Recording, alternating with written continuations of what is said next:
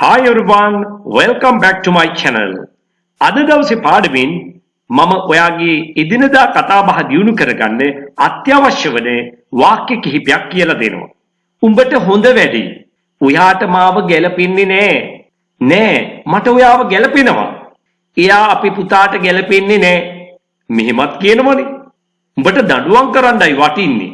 මෙන්න මේ වාගේ සියල්ල දැනගන්න සුපුරුදු විදිහටම පාඩමේ මුල ඉඳන් අවසානයේ දක්වා රැඳී ඉන්න ඕනේ. අපි මුලින්ම බලමු මේක කොහොමද කියන්නේ කියලා. උඹට හොඳ වැඩේ. යාළුවෙක් එපා කියද්දී යම් දෙයක් කරනවා කියලා හිතන්න. අපි හිතපු දේම යාට සිද්ධ වෙනවා, යම් වරදක් සිද්ධ වෙනවා. අපි hina වෙලා කියනවා මේ විදිහට. උඹට හොඳ වැඩේ. It deserves you right. උඹට හොඳ වැඩේ. deserve කියන්නේ ගැලපෙනවා, යෝග්‍ය වෙනවා. It deserves you right.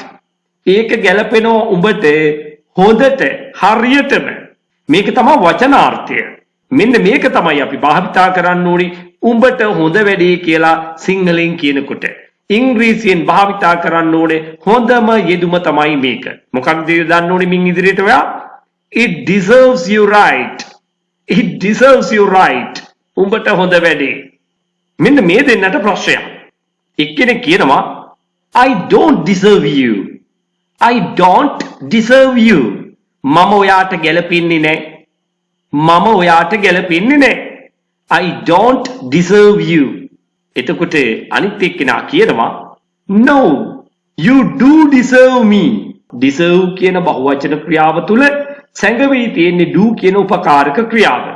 do deserve කියන්නේ අදාළ ක්‍රියාව අවධාරණය කිරීමක් බවට පත් වෙනවා.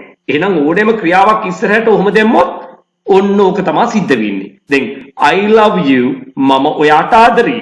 එතකොට අනිත් එක්කෙනා විහිළුවට වගේ කියනවා you don't tell lies. ඔයා බොරු කියන්න එපා. එතකොට අනිත් එක්කෙනා කියනවා no I do love you. අන්න එතනදී do love කියලා කියන්නේ මම ඔයාට ආදරෙයි. එහෙනම් අවධාරණය කිරීමක් තමයි එතනින් කරන්නේ. No, you do deserve me. නෑ, ඔයා මට ගැලපෙනවා. අන්න අවධාරණය කරලා එතකොට අනිත් එක්කෙනා කියනවා. අපිට ඕනනම් ඒක මේ විදිහට කියන්නත් පුළුවන්. Don't say so. එහෙම කියන්න එපා. You do deserve me very well. ඔයා මට ඉතාම හොඳට ගැලපෙනවා. ඒ අතරතුර මෙන්න මේ වයසක අම්මයි තාත්තටයි ලොකු ප්‍රශ්නයක්. එයා අපේ පුතාට ගැලපෙන්නේ නැහැ. අපි කොහොමද ඒක කියන්නේ ඉංග්‍රීසියෙන්? She doesn't deserve our son. She doesn't deserve our son. ඇය අපේ පුතාට ගැලපෙන්නේ නැහැ. නමුත් මේ දෙන්නට නම් ඒක ප්‍රශ්නයක් නෙවෙයි. ඒගොල්ලෝ හරි සන්තෝෂෙන් මෙහෙම කියනවා. එයා අපේ පුතාට ඉතාම හොඳට ගැලපෙනවා.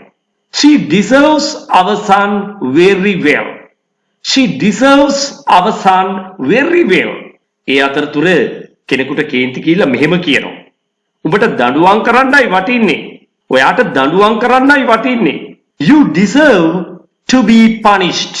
අන්න එතනදී අපි passive voice පාවිච්චි කරනවා. ඔයාට දඬුවම් කරන්නයි වටින්නේ. දැන් ඔයාට තමයි එසේ සිද්ධ විය යුත්තේ කියලා කියන්නේ. ඔයාට මේ දඬුවම යෝග්‍ය වෙනවා කියලායි කියන්නේ. එතකොට ඒක අපි ඉංග්‍රීසියෙන් කියන්නේ කොහොමද? You deserve to be punished. අද දවසේ ඉගෙන ගත්ත සියල්ල නැවත වතාවක් ඉගෙනගෙන බලමු. මොකද මේවා ඒ තරම්ම වටිනවා එදිනදා කතා බහේදී භාවිතා කරන්න. උඹට හොඳ වැඩේ. It deserves you right. මම ඔයාට ගැලපෙන්නේ නැහැ. I don't deserve you. නෑ, ඔයා මට ගැලපෙනවා. No, you do deserve me. එහෙම කියන්න එපා. ඔයා මට ගැලපෙනවා ඉතාම හොඳින්. Don't say so. You do deserve me very well. එයා අපේ පුතාට ගැලපෙන්නේ නෑ. She doesn't deserve our son. එයා අපේ පුතාට ඉතා හොඳින් ගැලපෙනවා. She deserves our son very well. උඹට දඬුවම් කරන්නයි වටින්නේ. You deserve to be punished. ඉතින් මෙන්න මේ විදිහට හොඳින් ඉංග්‍රීසි ඉගෙන ගන්න මගේ YouTube channel එක subscribe කරලා තියාගන්න. ඔයාට මගේ නේවාසික පුහුණු පාඨමාලා සඳහා සම්බන්ධ වෙලා දින 21ක් වෙන්න පුළුවන්, දින 45ක් වෙන්න පුළුවන්.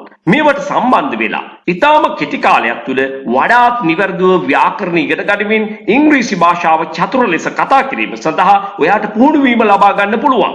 විදේශගත වෙන්න බලාපොරොත්තු වෙමින් ඉන්න ඔයාට, රැකියාව බලාපොරොත්තු වෙමින් ඉන්න ඔයාට, එහෙම නැත්නම් විවිධ වෘත්තීන් වල නියැලීලා ඉන්න ඔයාට ඉතාමත්ම වටිනවා. මොකද කෙටිම කාලයක් තුල ගොඩාක් දේවල් ඉගෙන ගන්න හැකියාව ලැබෙනවා, පුහුණු වෙන්න හැකියාව ලැබෙනවා. ඒ නිසාම භාෂාව ඉගෙනගෙන හොඳ ප්‍රවීණත්වයකින් යුතුව කතා කිරීමේ හැකියාව ලැබෙනවා. එහෙම සහභාගී වෙන්නම බැරි අය සඳහා විශේෂයෙන්ම විදේශගත වෙලා දැනටමත් සේවය කරන අය ඔන්ලයින් ක්ලාසස් සඳහා විමසීම් කරන්න පුළුවන්. ඒ වගේම පාසල් යන දුවල පුතාලටත් ඔන්ලයින් ක්ලාසස් එහෙම නැත්නම් දැනටමත් රැකියාවල නියැලිලා ඉන්න අයට මේ වගේ ෆිසිකල් ක්ලාසස් වලට සම්බන්ධ වෙන්න බැරි නම් අන්න ඒ අයට ඔන්ලයින් ක්ලාසස් සඳහා විමසීම් කරන්න පුළුවන්.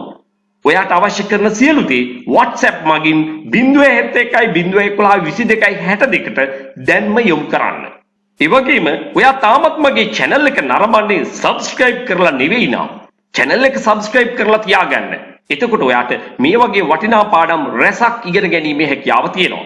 ඒත් එක්කම ඔයාට තාමත් මගේ වීඩියෝ සියල්ලම නරඹන්න බැරි වුණා නම් ඔයාට ඉඩ පහසුවේ විවේකයේ ලැබෙන වෙලාවට අනිවාර්යයෙන්ම channel එකේ තියෙන ඒ වීඩියෝ නරඹන්නත් අමතක කරන්න එපා. හේතුව ඔයාට thumbnail එකේ පෙන්වන දේට වැඩිය ගොඩාක් ඇතුලෙන් ඉගෙන ගන්න තියෙනවා.